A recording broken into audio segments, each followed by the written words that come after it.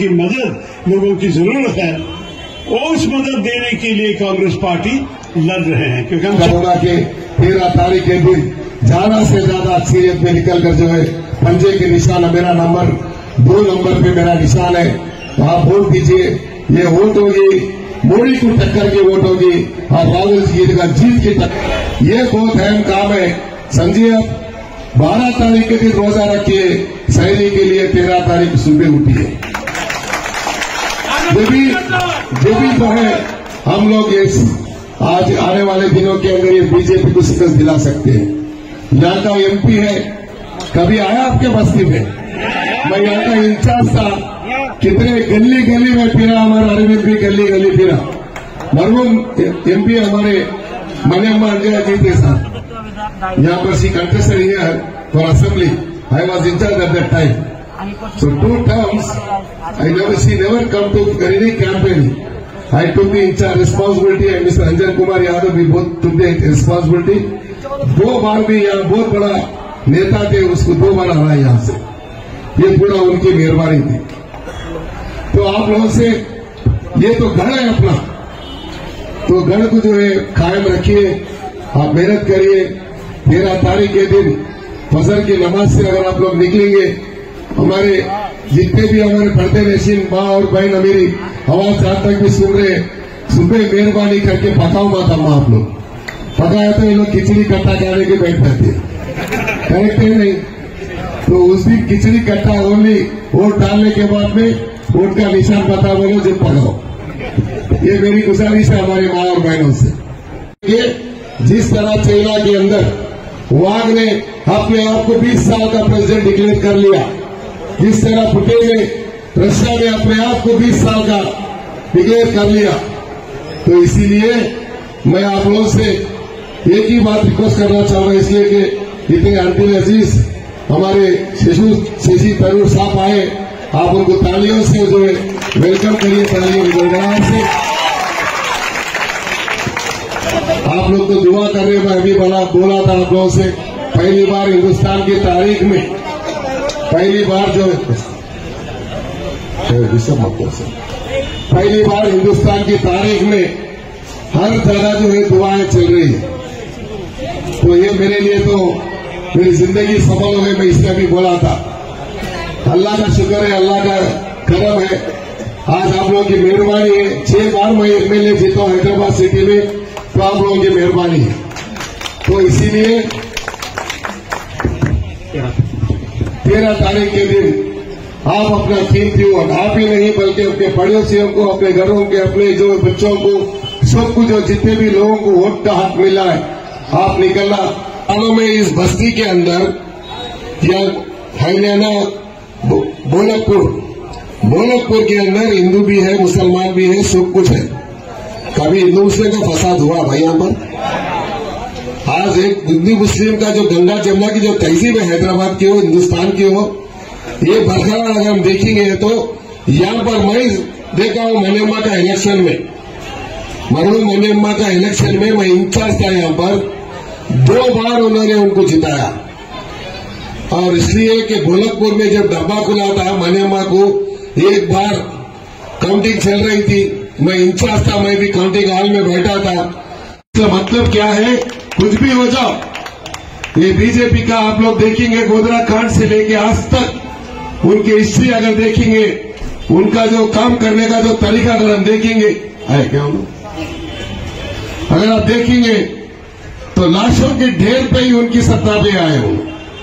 गोधरा कांड का लोग अभी भले नहीं है, अब कितने लोग हमारे माँ बहन को जो है दिन दहाड़े कतलेआम किया है, उनके साथ में कितना जुल्म ज्यादती किया था, फिर वही रिपीट कर रहे 10 साल के बाद में। मोदी को समझ में आ गया था।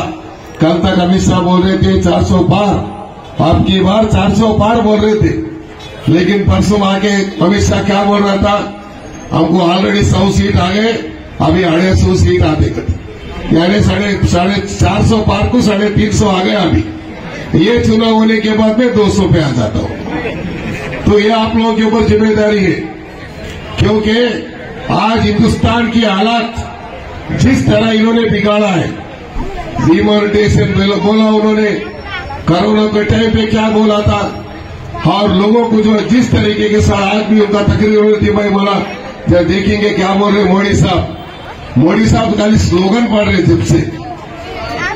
अरे राम भी हम भी बोलते, अल्लाह भी हम ही बोलते, रहीम भी बोलते, राम भी बोलते हम लोग।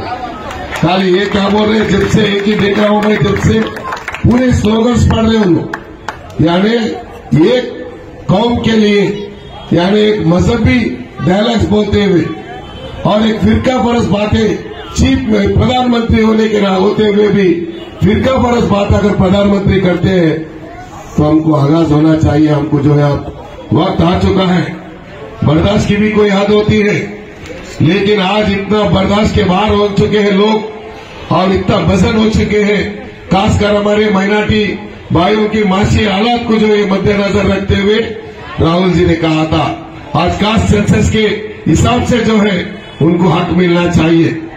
इसीलिए मरहूम राजशेखर रेड्डी साहब जब मैं भी मंत्री चलते हैं तो वो पोस्ट के लिए, वो पदवी के लिए और जिस मुकाम पे वो बैठे हैं उसके लिए शोभा नहीं देती।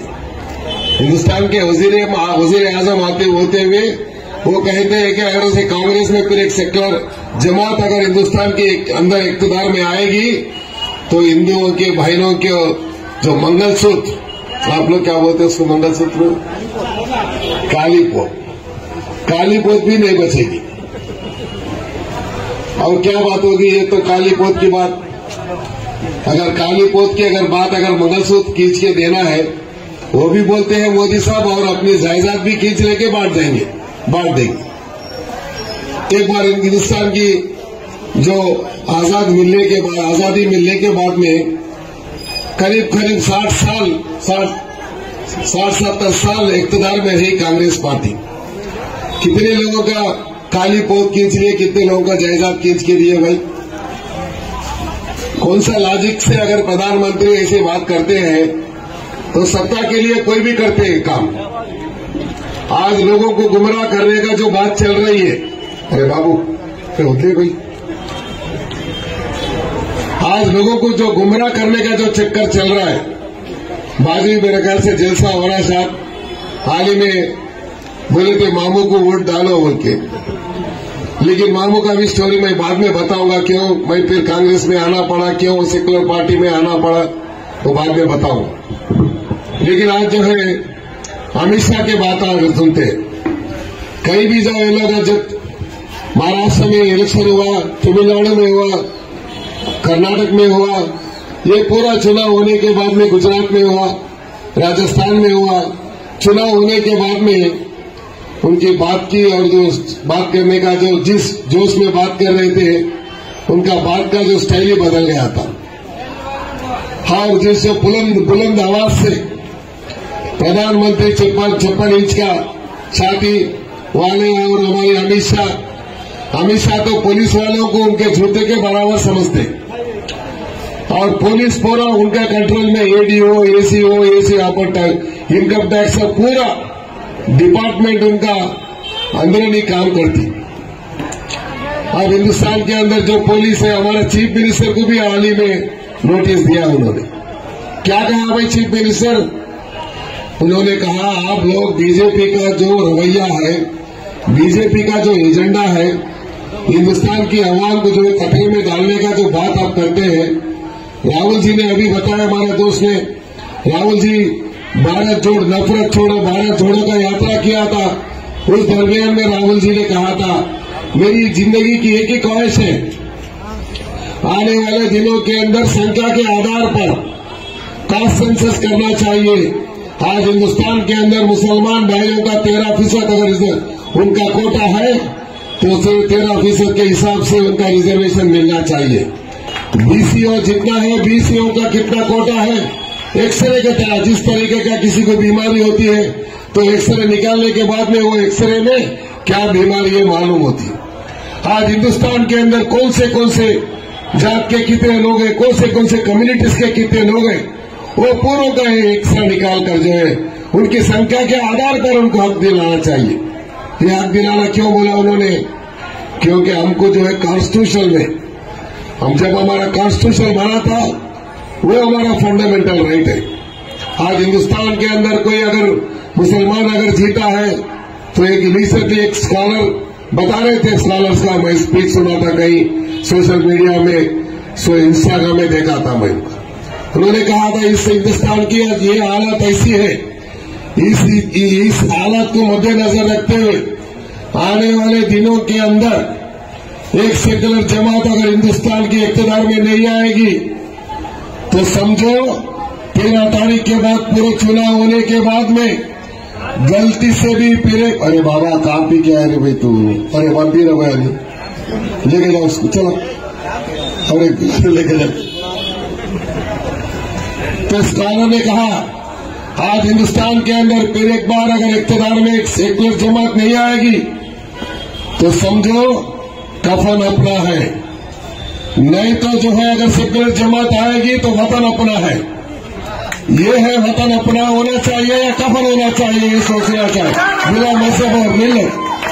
क्योंकि आज की हालात को हम देख रहे हैं कि कोई बोलता है कि भाई हम लोग कोई तकरीर करते हैं, कोई भाई ऐसी हमारे तकरीब हमारे कुछ जमात के लोगों ने मुझे इनवाइट किया था।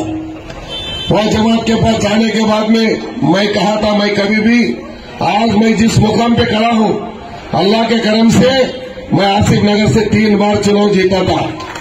वहां पर भी मुस्लिम माइनॉरिटीज का 62% उनका वोट बैंक था, 62%। आज हमारे भाई जो असद भाई मेरे खिलाफ बोलते थे, मैं उनके खिलाफ बोलता था, लेकिन फिर भी मेरी आज तक मेरी सियासती का जो काबिलात मैं है आज जो उस मुकाम पे खड़ा हूं, मुसलमानों का ज्यादा से ज्यादा उनका जो वो कानून था 68% रिजर्वेशन वहां मुस्लिम माइनॉरिटी रहने के बावजूद भी मैं वहां जीतता था, क्योंकि बिना मजहब और मिल्लत में काम करते आया हूं, इसीलिए मुझे वोट दिया था। तो आज की हालत क्या है भाई? कल क्या बोल रही थी नवनीत कौर, क्या है उसके नाम, MBA नवनीत कौर, क्या बोल रही नवनीत कौर है उसका, नहीं राणा नहीं, कौर है, राणा बन गई भाई। उन्हें पंजाब की है, महाराष्ट्र में जाकर राणा बन गई। क्या क्या बनते हैं उनको कुछ मालूम है, पर क्या बोलूं, राणा बनते या कुछ और बनते, उसको राणा को और कुछ ऐड कर दिया तो दूसरा बनता, वो नहीं बोलना चाहूंगा भाई। लेकिन उन्हें आके यहाँ बोलती है